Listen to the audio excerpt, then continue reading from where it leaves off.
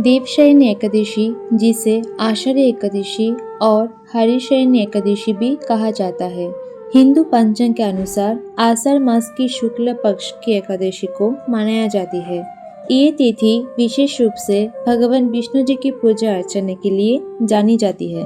आज की वीडियो में हम सब जानेंगे देवशयनी एकादशी का प्रारंभ कब होगा, किस दिन को एकादशी तिथि मनाया जाएगी, इस एकादशी को करने से क्या लाभ होगा, पूजा विधि और अंत में पारण का समय बताया जाएगा। Sitaram everyone, welcome to my Hanuman Seva channel. Video शुरू करने से पहले आप सब मेरे चैनल को सब्सक्राइब कर दीजिए और ज़्यादा से ज़्यादा लाइक शेयर करना मत भूलिए।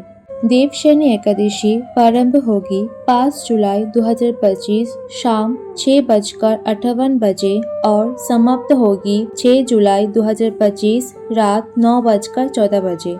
इस साल की देवशयनी एकादशी तिथि रहेगी 6 जुलाई 2025 रविवार को और अगले दिन यानी कि 7 जुलाई सोमवार को पारण रहेगी। वीडियो के अंत तक रहना, मैं आप सबको पारण का समय अंत में बताऊंगी।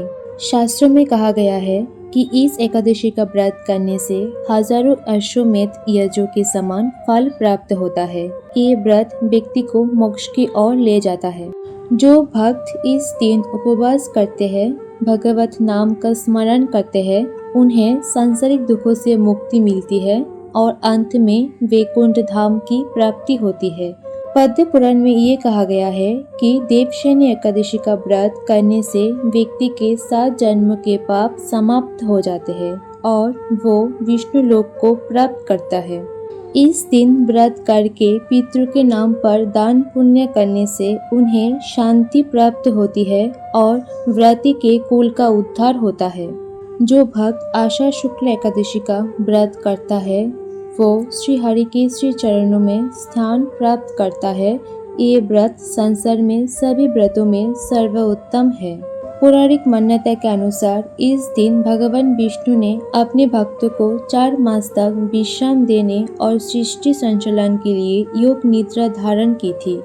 इस अवधि को आध्यात्मिक साधना, व्रत, कथा और भक्ति के लिए उत्तम माना गया है।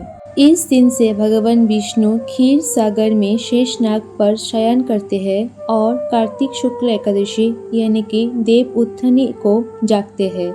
इस बीच 4 महीने का समय चातुर्मास कहलाता है। चातुर्मास में भगवान शयन में रहते हैं, इसलिए कोई भी शुभ कार्य जैसे विवाह, गृह प्रवेश, मुंडन आदि नहीं किए जाते। इस व्रत को करने से व्यक्ति के अपने पूर्व जन्मों के पाप से मुक्ति और मोक्ष की प्राप्ति होती है। भगवान विष्णु जी की कृपा से जीवन मरण के चक्र से मुक्ति मिलती है। मन को स्थिरता और भक्ति में लाघव प्राप्त होता है। ये व्रत सौभाग्य, समृद्धि और सकारात्मक ऊर्जा लाता है। एकादशी के व्रत में केवल एकादशी के दिन ही नहीं, यानी कि एकादशी के पहले दिन और एकादशी के अगले दिन का भी बहुत महत्व है। जैसे एकादशी के पहले दिन को दशमी कहते हैं और एकादशी के अगले दिन को द्वादशी तिथि कहते हैं। दशमी तिथि यानी कि व्रत के एक दिन पहले को सात्विक आहार लेना चाहिए, ब्रह्मचर्य का पालन करें और मन वाणी शरीर को संयमित रखें। रात को जल्दी सो जाए और मन में व्रत का संकल्प लें। फिर एकादशी तिथि का दिन सूर्योदय से पूर्व उठकर स्नान करें और स्वच्छ वस्त्र धारण करें। भगवान विष्णु का ध्यान करते हुए व्रत का संकल्प लें। घर में भगवान विष्णु या श्री हरि के चरणों की मूर्ति या चित्र स्थापित करें। गंगा जल से शुद्ध करें और दीपक, अगरबत्ती, पुष्प, फल आदि अर्पित करें। तुलसी पत्र अवश्य चढ़ाइए। ये विष्णु भगवान को अत्यंत प्रिय है। श्री विष्णु सहस्त्रनाम या गीता का पाठ करें।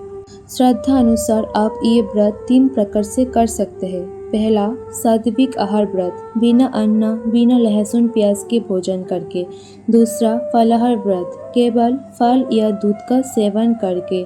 और तीसरा, निर्जल व्रत, बिना जल ग्रहण किए। शास्त्रों में निर्जल व्रत का बहुत ही उत्तम फलदायी माना गया है।